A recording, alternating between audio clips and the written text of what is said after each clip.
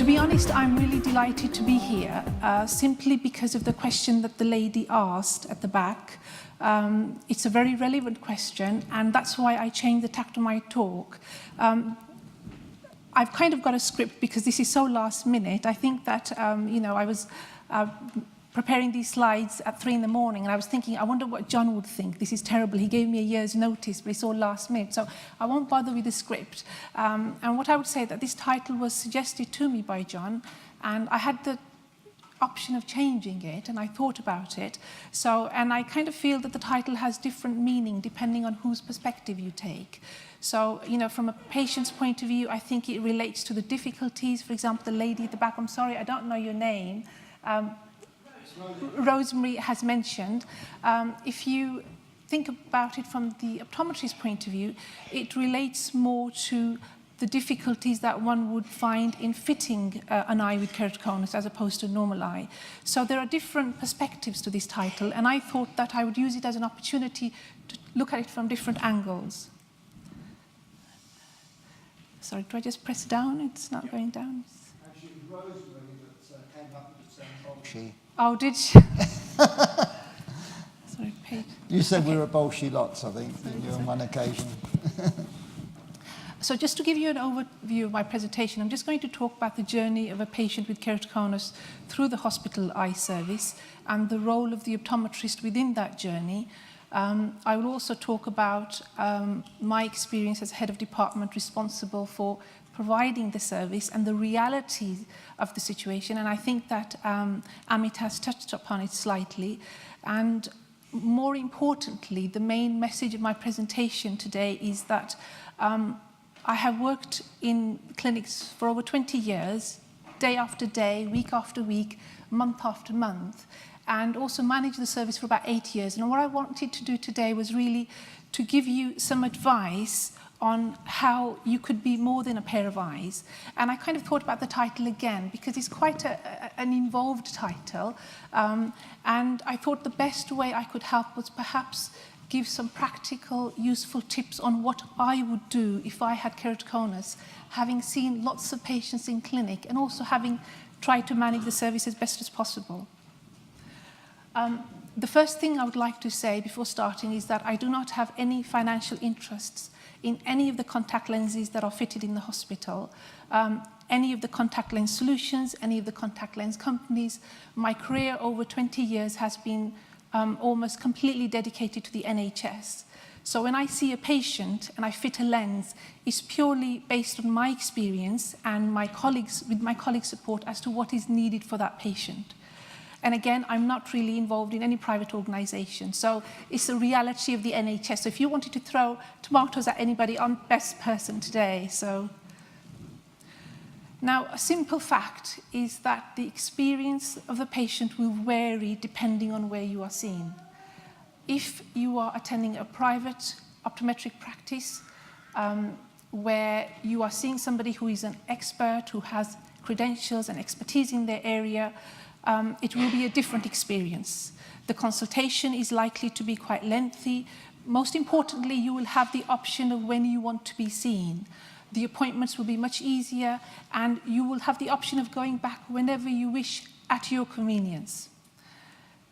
If it's a small eye clinic in a local hospital, I always thought of those as ideal clinics where patients pop in for a long chat, there's lots of time, but I think the reality is quite different. I think the reality is that usually there's an optometrist coming in once a week, the waits are quite long, and it can actually be quite a variable experience. And then you have the large tertiary centre like the Birmingham Eye Hospital or Moorfields, where you've got these sort of big units which are specialist centres. And again, I think as Amit has said, and I think others will agree, if I had an option, if I won the lottery, I would ask for more staff. Not just more staff, but more rooms in which they could work and more equipment that they could use. More available appointments so that we could see patients when we felt we needed to see them. And most importantly, a quicker turnaround of contact lenses. That's what we're here for. This is what we trained for, and this is what we want to do. So the reality of the constraints affect people in different ways. And I think that when Amit talked about the picture of the big ship container is a very nice one. My reality is a little bit different. I'm usually in a room full of people, sort of trying to shout at the top of my voice that, you know, our patients do matter, our service does matter. Now, briefly, I'm not here really to talk about the Birmingham Midland Eye Centre, but I think it's a good example to use of a large tertiary centre. It was previously in the city centre, and it moved to the current site on Dudley Road in 1996. There are over 30 consultants. Your slides aren't updating. Oh my goodness, it's stuck. You haven't seen any of my slides? Sorry, I've just been talking to myself. Sorry. I should have looked up. Shall I start again? Sorry, shall I say it all again? I promise I won't repeat myself, but fine. So I think that we do want more staff, we want more space, we want to do things better and quicker. So the Birmingham Eye Centre, there are over 30 consultants. 4 of them are corneal consultants. So there are there's lots of activity going on. It's a very busy place. It's where serious eye diseases are managed. Within the optometry department, we have what we call the core services, and contact lenses is part of one of the core services. There's low vision assessment, there's refraction, and also there's a considerable amount of pediatric work. Another role that optometrists are now taking on is extended role, where optometrists are working in glaucoma clinics, in the corneal clinic that was just mentioned, in casualty and in medical retina. I spent the whole of yesterday afternoon interviewing for 2 full-time optometrists. Now, that funding that's been made available is not to help patients directly with contact lenses. It's more to help patients in the corneal clinics and casualty and glaucoma. So the role of optometrists within the hospitals is changing as there's a need for more ophthalmology expertise. So why would anybody attend a tertiary referral centre, a really busy unit where you have to wait 4 hours or 3 hours? 4 hours, I think, is completely unacceptable, and it would be good to talk about it. And I think the reason is because these clinics are high-volume clinics. The optometrists see a very large number of patients, and clinically they build up an incredible expertise at managing those conditions, compared to somebody who only sees 1 or 2 patients a week or 1 or 2 patients a month. So we have optometrists, a contact lens technician. There was a lovely photo that was meant to come up that unfortunately hasn't materialized. But we have a team which is fairly static. With the doctors, they tend to, as part of their training, rotate every 6 months and move around to different hospitals. So even though you may see a different optometrist, there's more likelihood of seeing the same person. Now, one of the things that tend to come up is, you know, why do we see different people each time? And I will look at that. So I think the patient's journey really begins when a referral is made by the community optometrist or GP to the eye hospital. And keratoconus is diagnosed either by an ophthalmologist or, in the more streamlined service, an optometrist at the first appointment. There are various different models of care, and I know that services are being redesigned throughout the country to try to speed up that process. But usually the diagnosis tends to take place at the first consultation. Then there's the keratoconus monitoring process and collagen cross-linking if it's needed. At the Birmingham Eye Hospital, collagen cross-linking has been happening for a few years, and it's a slightly different pathway. So by the time the patients are referred to me, a decision has been made that contact lens fitting is necessary. The referral is then made to me by the ophthalmologist or the optometrist, whoever has seen the patient, to the contact lens department. And these referrals come through the eye doctors, the ophthalmologists. Sometimes the referrals come in through the GPs if the patients have missed an appointment. Because we are a specialist centre, we receive referrals from other hospitals. So usually it's a simple letter, we've struggled to fit a lens, please take over. And there's usually very little information or any information about what's been tried. It's very frustrating, this reality. And also sometimes from the community optometrists. So we receive a large number of referrals. The patients, the normal pathways, there will be contact lens fitting, and then there will be a collection and a teach appointment, follow-up, and then a refit appointment if necessary. So this really becomes a life of a patient under the NHS. So just looking at the title from the patient's perspective, I kind of felt that these are the questions that tend to crop up, and that was certainly my impression having spoken to John when I first met him. The wait before the diagnosis takes place is very long. There's a long time for a patient to be seen after the diagnosis has been made, when the referral is made to the contact lens clinic. The wait within clinics is very long. The clinic time is very short, and then, people feel like they're just a number. So again, coming back to the point, well, what would I do if I had keratoconus? Having worked in the clinics, having, had a lot to do with the service. So personally, what I would do is that for new patients, and I get the impression a lot of patients here are experienced lens wearers, if you're at the beginning of the journey or have a friend or a relative, when a referral is made by the community optometrist or the GP, after 3 weeks, ring the hospital. At that point in time, I don't think anyone will have any information, but simply Google the hospital number and ask for the operator. Ask for the referrals department. Certainly in our hospital, maybe because we're a big unit, there's a referrals office where all the referrals which are received are scanned onto the system and then they're forwarded to various consultants. So check with the referrals office if your referral has been received, if it's been added to the waiting list. So then you will know that you're actually in the queue. When you've been seen in the corneal clinic by an ophthalmologist or a specialist optometrist, depending on whatever the service design is, a referral will have been made to the contact lens department, and a copy of the letter is usually sent to the patient. And those referrals come to me, or they're directed towards me, and find out who they're being sent to. Again, allow about 2 weeks. And what should have happened is your name should have been added to the waiting list. And ring after 2 weeks. If you really want to be kind, ring after about 3 weeks. Now, the fact is that patients do ring up and cancel. Because of the pressures on our service, we are very strict with our discharge process. If an appointment is missed, we discharge, we write to the GP. If 2 follow-ups are missed. So cancellations do come up. Patients are very good because they know if an appointment is missed and they're discharged, it's a lengthy process. So ring the department to find out if there are any cancellations. If you can, make yourself available at short notice. And I know that can be very difficult. Leave your phone number and get the name of the person booking appointments. There's a contact person. There's a person behind all these barriers. And I promise you, sometimes I'm astonished when I see a patient and the referral was only made a few weeks before, and I know the wait is quite long. It's because they rang and they managed to get a cancellation appointment. So there is something that you can do to help. So I just wanted to briefly mention the optometrist's view as well. And I put in a couple of comments, and I showed them to my colleagues and said, no, that's not fair. That's not, it's... which is fine. I think the main thing that I want to say is that certainly in our hospital, we allow an hour for a new appointment and 30 minutes for a follow-up. If the length of time was any longer, the waiting list would increase considerably.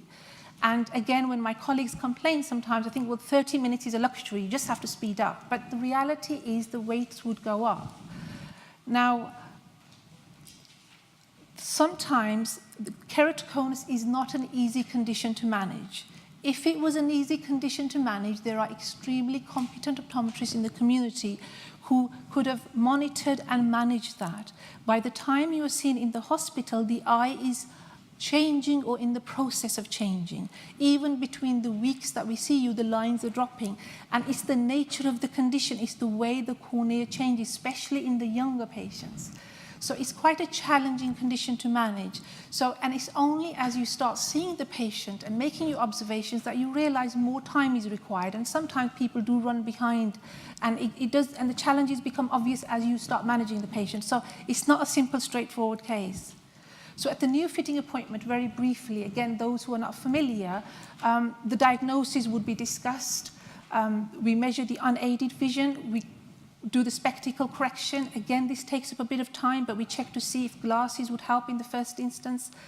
When patients say to me that they've been to a community optometrist and they've got an updated pair of glasses, I'm usually delighted because it means I can focus on the contact lens side.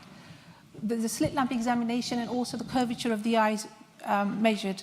And of course, there's the contact lens selection. So the history and symptoms usually the main problems. So have an idea in mind of what your main problems are when you visit. Is it distance vision? Usually people are concerned about the distance. If you have any particular needs about your near vision, take the reading print with you. So be clear, clinic time is precious. Now, when you come to your appointment, and again, this is my personal feeling, observation, use the time to your advantage. If you've had bad, especially if you're referred from another hospital, the chances are it's been quite a difficult journey and it hasn't ended too well. Save that for later. Try to get the best you can out of the system. So be clear about what your needs are. Is it distance vision? Is it reading? Is it driving? Is it a bit of everything? So we measure the unaided vision, the spectacle correction, and depending on the level of vision and the symptoms, we would proceed to contact lens fitting. Now, if it was up to me, I would give a pair of glasses to everybody. But unfortunately, with keratoconus, it doesn't quite work. Now, there are patients who could be given glasses, but the big challenge is that the prescription tends to change. And we have a worry because the financial implications are very high for us. If a pair of glasses doesn't work, it's a unique pair, the patients won't be willing to pay, we can only refund so much. So it's a very gray area. If you are desperate for glasses and willing to take a risk, it is possible to get something. And I would advise perhaps even go to a community optometrist in the meantime, if you can. So these are briefly the management options. I'm sure you're all experts. Spectacles, either soft lenses of some kind, rigid gas permeable, and mini sclerals and sclerals. Now, you will see from here that scleral lens for me is just another lens. It's not a particularly special lens that I would go for. From a range of options, it's one option, simply because we work in the NHS and we've got a cupboard full of things and we look at each patient case by case. Now, these are the symptoms you will all be familiar with. Reduced vision, ghosting, flare, light sensitivity. I can honestly tell you, having done this for years and years and years, these are not easy symptoms to deal with, to manage. I know they're very difficult to live with, but ghosting, you can have an amazing fitting lens, but the ghosting persists, that bit of shadow persists. So these are the challenging symptoms that keep creeping back throughout the patient's journey. Again, very briefly, what we would look at is, you're all familiar with the slit lamp, so you've got a nice sort of cornea there. We would look for staining. So we use fluorescein all the time, which is a vegetable dye. And I've gone back to a very basic level compared to Amit's presentation. So we always put fluorescein in. We always check the cornea. So we would be looking for some clinical signs on the eye, Vogt striae. We'd be looking to see if there are any nerves. I mean, it doesn't really mean anything, but I tend to record these things. If there's any scarring present, where that scarring is, it is a small area, is it central, is it below the visual axis? And also Munson's sign, is the cornea sort of protruding slightly? Other things we have to bear in mind when we're fitting a lens is dry eyes, how they're likely to affect the fitting of the lens, any allergies, and also the lid margins, what are the lids like? There are some sensitivities, so at certain times of the year, the eye contact lens wear is likely to become very difficult. And then we get to the option of which type of lens. So from an optometrist point of view, there's a whole range of lenses. So you could either just open your cupboard and take one out, but there is some logic to it. So we could have the small lenses, the soft lenses, we could have the middle side lenses, or we could have the big scleral lenses, or even the mini sclerals. So lots of decisions need to be made on a pair of eyes that we haven't really seen before. So you try to get as much information as possible. And while you're doing that, the way that the NHS is evolving now is electronic patient records. In an ideal world, you talk to the patient, you have eye contact, you sort of nod in agreement, you kind of, give the reassurance that I'm listening. But the reality is sometimes I turn away and I try to kind of put the information or try to find the letter. It's a reality. It's not anyone's fault. It's the way the system is evolving. So when the slit lamp examination takes place, it gives a lot of information. Are the eyes very sensitive? Are people flinching back from the slit lamp? Or how are the lids? Are they really tight lids? How are people responding? And personally, I also kind of quietly observe how the person is. Are they quite positive? Have they read up about keratoconus? Are they just generally complaining about everything? Are they complaining about the weather? Are they complaining about another hospital? So if somebody walks in, and I need to be careful because this is probably being recorded somewhere. When somebody walks in and complains, I get very worried. I think I'm next, I better be careful. And so your guard is up because we're all human. So I would say that, yes, I agree, clinic time is precious and use it to your advantage. So which lens is the best lens? And that's the question I'm asked. And I usually say to patients, the best lens is the one that works for you. And, you know, it's not going to be, because patients are quite aware the scleral lenses are very expensive lenses, there are other lenses. So I think, in all honesty, the best lens is one that works for your eye and gives you a reasonable amount of comfort. And which is the best approach? Do we start with a soft? Do we start with a gas permeable? Do we start straight away with a scleral? My personal experience is that the simplest approach is the best one. Don't do too much. Do we really need to open the lids so wide and do invasive things? I always go for the simplest option. And I find that it works the best. So it's not all guesswork. When we look at the slit lamp, we are kind of looking at the cone and, you know, the profile of the cone. What type of a cone is it? Is it nipple cone, oval cone? Sort of, these are just sort of the guidelines. And we have Professor Rubinstein, who's probably more of an expert, but, you know, so we get an idea of what kind of eye we're dealing with. Is it early keratoconus? Is it moderate? Is it quite advanced? So most patients are fitted with gas permeable lenses. If it's keratoconus in one eye only, then the risk of the lens not being accepted is quite high. If you fit a gas permeable lens to one eye, it will be uncomfortable, painful, people will come back and it won't be very successful. So in those cases, a soft lens which is designed for keratoconus is likely to be a better option. But we really have to judge it patient by patient. So we're kind of aiming for sort of a three-point touch or an ideal fit. Now, at the end of the consultation, having tried several lenses, we would then have what we think is the best lens, and a lens is ordered. For example, this is, you know, the design of the lens, a rose K lens, and you have, I don't think I can use the curvature, but the first number is the back optic zone radius, and then there's the diameter, and then there's the power. And then we talk about the edge. Do we want the edge to be looser, or do we want the edge to be tighter? We mention a particular color, gray or blue, and then the material.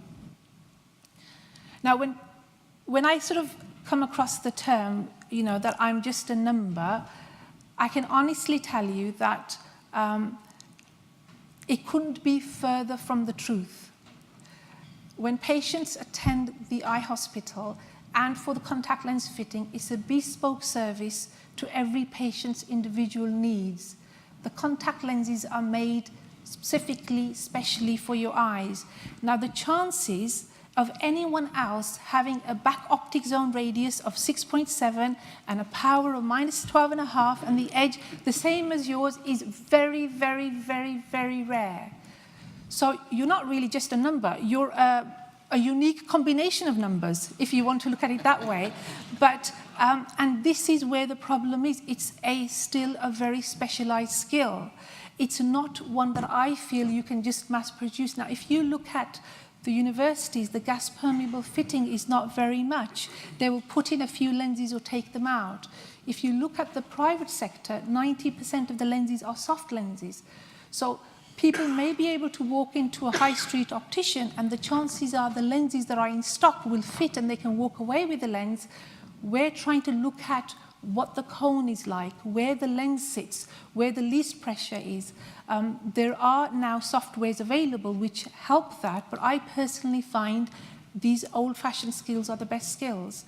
So it is a very specialized service, and perhaps that's why we have some of the pressures that we have. So the next appointment will be the contact lens collection appointment, and I know that you're all at a different journey, but if you're having your lens fitted, what I would say is the most important part is the contact lens teaching and collection.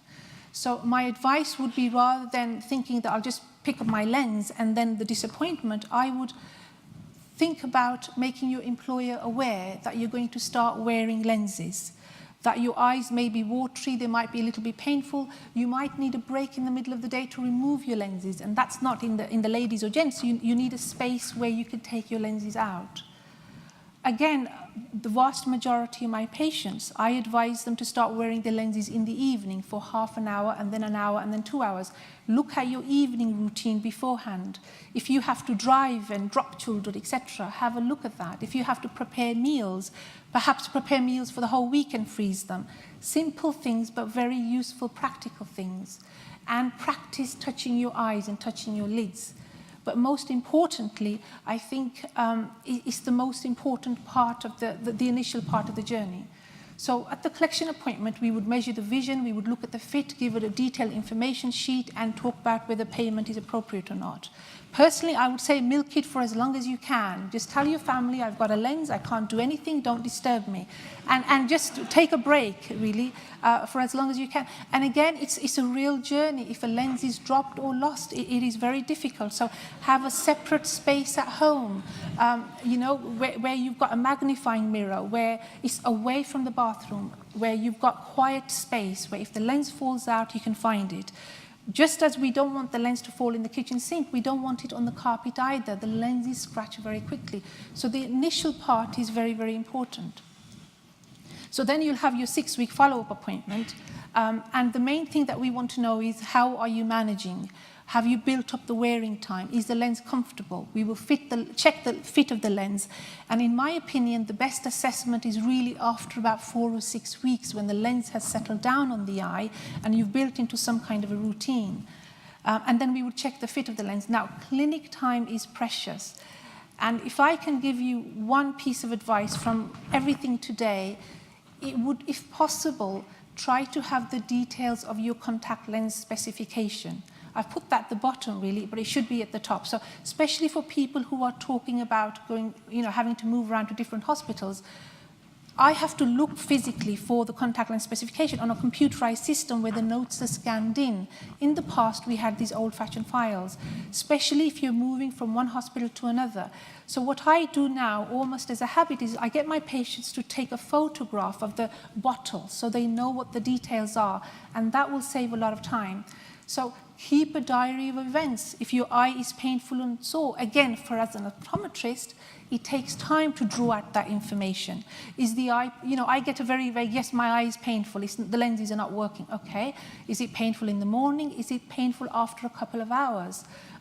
So keep a diary of, what kind of a pain? Is it tender and sore? Is it just a sharp throbbing pain? Bring your contact lens solutions with you. And also, most importantly, bring along any print that you want to be able to see. If any of your lenses have cracked or broken, bring them along with you.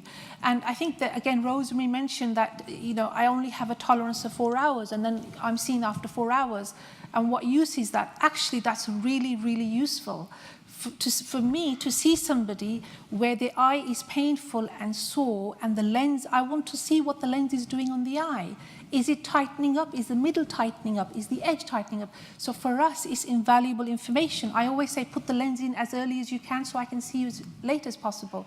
So try to be seen when all these sort of things are happening, because it gives valuable clinical observation to the optometrist.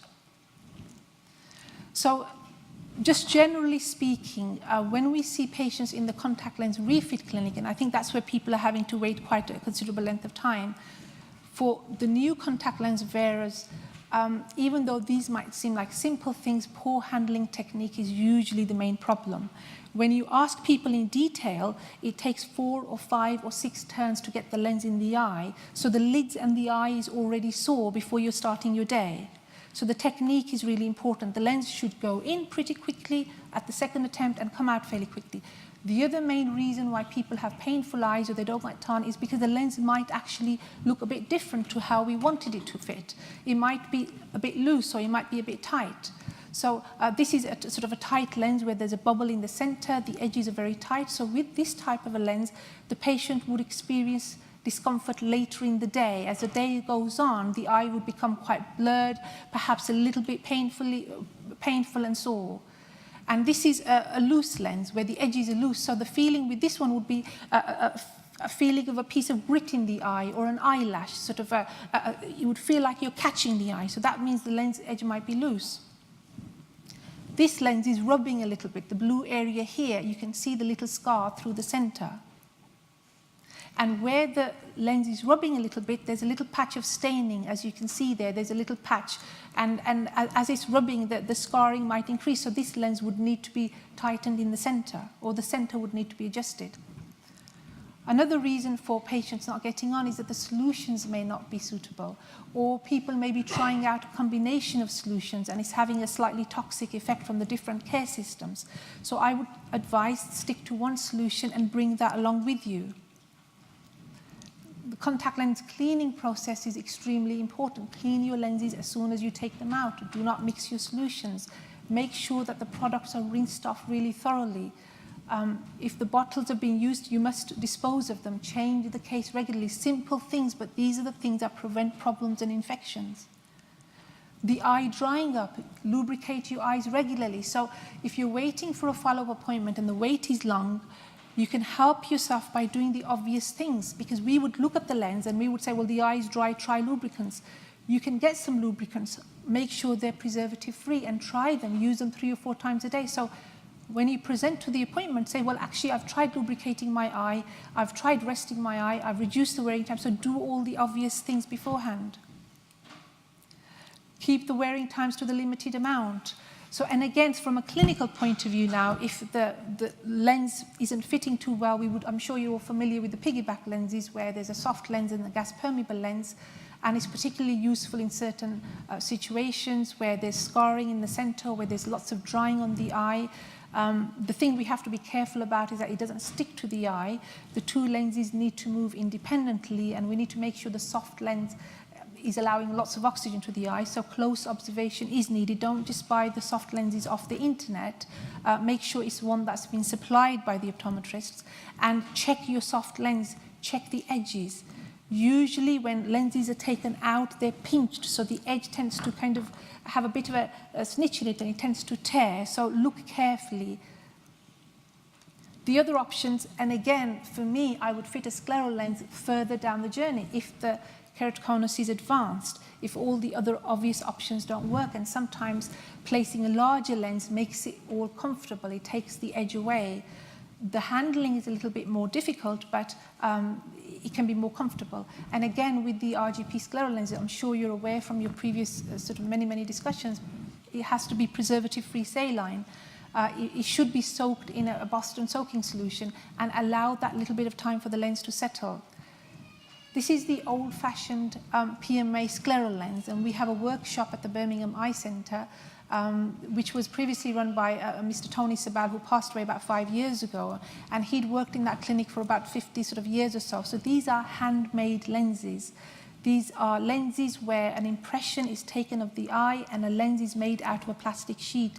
These are the most specialized lenses that exist. This is just one of our colleagues who had an impression taken, Peter. And obviously we also fit eyes for grafts. The hybrid systems we're not too keen on because these lenses are incredibly comfortable, but they're very difficult to remove. Last Wednesday, we met somebody again who's now advising of us another lens that's come on the market. So these lenses, in theory, tick all the boxes, but as hospitals, we shy away from them. And we tried to pass on a patient to Professor Rubinstein, who sent them back to us saying, no, we don't fit them. So I think these lenses they do exist, but we have to be careful. Now, just sort of very briefly, when vision is not sufficient to carry out tasks which are important to the patient, we then refer the patient to a low vision clinic or to our ECLO. Okay, so I'm not a political person. I think anyone who knows me will know that, but this is a real political statement, just so that I don't get into trouble with Mary. So I didn't want to put a vision down, but really it's the optometrists and the patients decide at their own pace. We're trained to make vision better. When somebody walks in, we want them to walk out with better vision as best as possible. And just from the very beginning, the way, certainly the older ones, as we've been trained, low vision aid clinics are more associated with advanced disease, end-stage disease perhaps. And now there are lots of things available that can help people all the time. So our mindsets have changed, and we are referring people or trying to gauge carefully as to what the needs of the patients are. And I'm looking forward to Stephanie's presentation, because I think that what we need is something for the sort of the young, the teenage, various groups where we can target how information is given. So just coming back to our ECLO, this is Russell Stevenson. Some of you may know him. He sits in the outpatient area. He's there to provide emotional support, practical advice about social services or any advice that may be needed. Now, personally, and I'm sorry the print has got smaller, it's difficult to have that conversation, because in my mind I'm always trying to improve lenses and trying to find ways of improving vision. And I know that people struggle a great deal without lenses. So we try to gauge from each person if they are interested in having a low vision assessment. And I find that the younger patients really are kind of quite adamant that they are fine and don't need the help of a magnifier. But we try to mention regularly that the support is there. If again, people are very depressed and things are extremely difficult, we do refer patients to the GP as well for counselling. Finally, I just wanted to give my perspective as a sort of a head of department.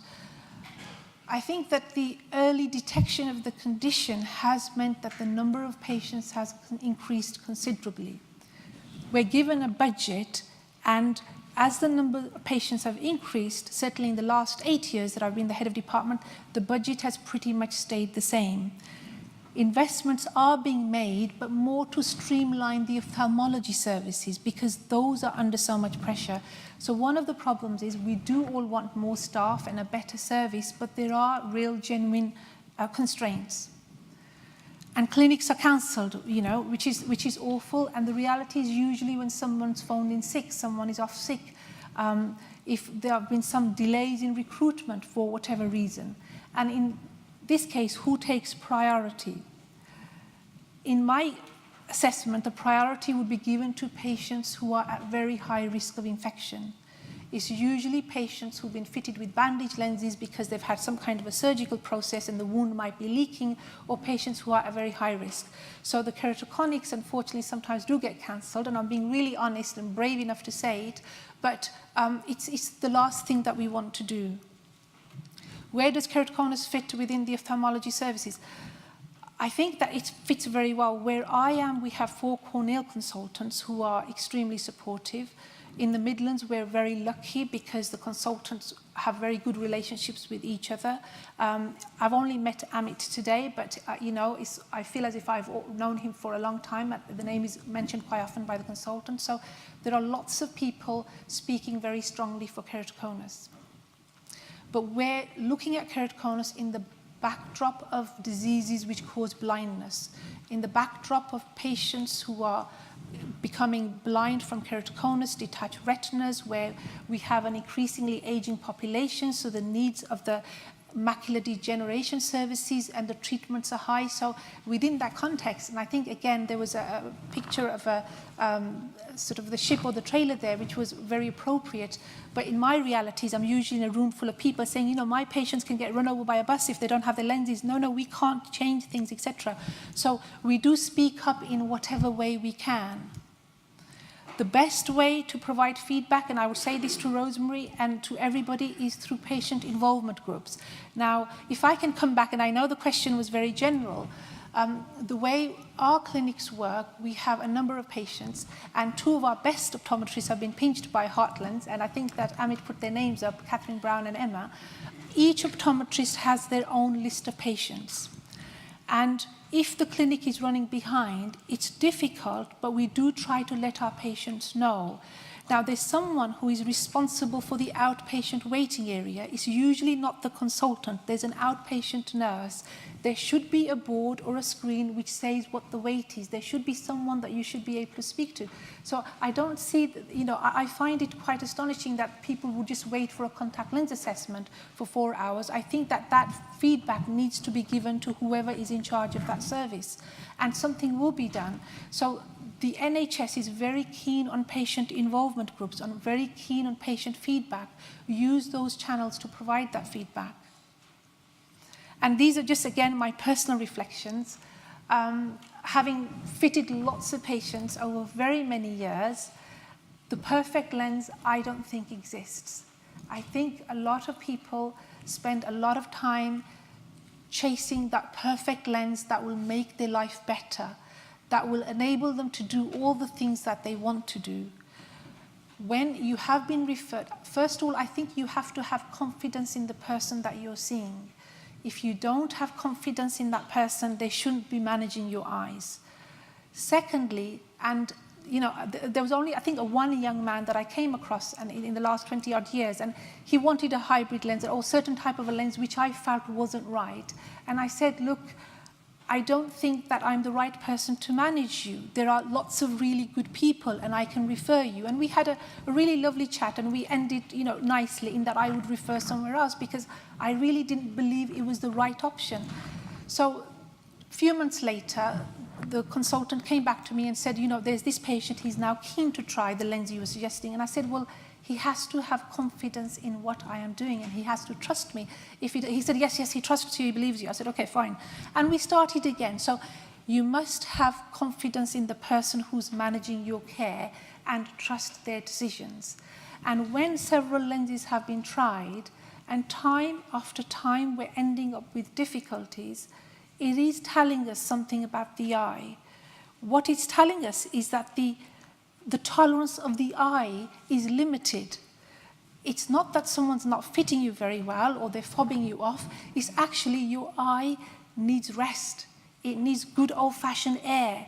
And, and the other important message is the best lens, the lens that you had a few years ago, may now actually be an awful lens. So when patients say, well, not the last one, but the one before that one, that was the best one. And I'm looking through the notes, through these scanned screens, trying to click on the buttons. We are honestly here to help. Because if you want to make lots of money, you don't work for the NHS. You go somewhere else. So we genuinely are dedicated and passionate about what we do. And sometimes you have to just believe us that the best lens that was the best few years ago has now changed. The eye has changed. It might actually be detrimental for you. Lifestyle and influence affects outcomes. And when I wrote this slide, I was thinking about that one person, and that's Aaron at the back, Barker. So Aaron, if you can give a wave. And I've seen many patients where they do long journeys into work. They spend a whole day in front of the screen, and the eye is very stressed, and there are lots and lots of difficulties. And what I've seen is where people make difficult lifestyle changes, where they move themselves away from pressures, it actually results in better outcomes. Now, I have to be very careful of what I say, because I'm not saying that if you have keratoconus, you can't do certain jobs, you can't. What I'm saying is that from what I have seen, I've seen incredible improvements in people's well-being and their eyes, where they've sort of changed, looked at the way they're doing things and what the visual needs are, and the eyes come out healthier. Communication is really, really important. When you go in and you have this terrible consultation and you go home and you think that awful place, those awful optometrists, the chances are somewhere in England, there's an optometrist driving home thinking, are those keratoconics really crazy? There must be something about this. So communication is a difficult thing, and when it works well, it's really good, and when it doesn't, it brings up lots of barriers. And I think that's what we have to remember. We have to keep trying to remove those barriers. And again, I would say, give feedback. Give not just difficult, critical feedback, give good feedback. If you think someone's genuinely trying, let the lineman drop an email. Let somebody know, because it will make a world of a difference. That email, that feedback will be discussed in the department, and that person will feel on a high, and the way they manage other people, it will change their outlook.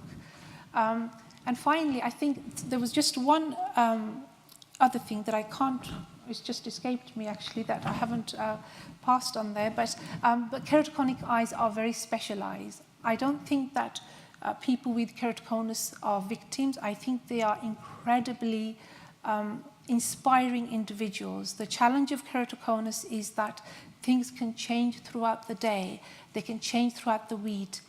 throughout the week, and they affect your life and they affect the life of your loved ones or people around you. So it's a very difficult condition, and it's almost like an invisible kind of a blindness where you look fine, you look healthy, and time again you're trying to explain to people that there is a problem with your eyes. And all I can say is that I feel lucky and privileged to be managing keratoconus every day. We may not get it right, and it's a pleasure, you know, trying to do the best I can for patients. So thank you. That's very good.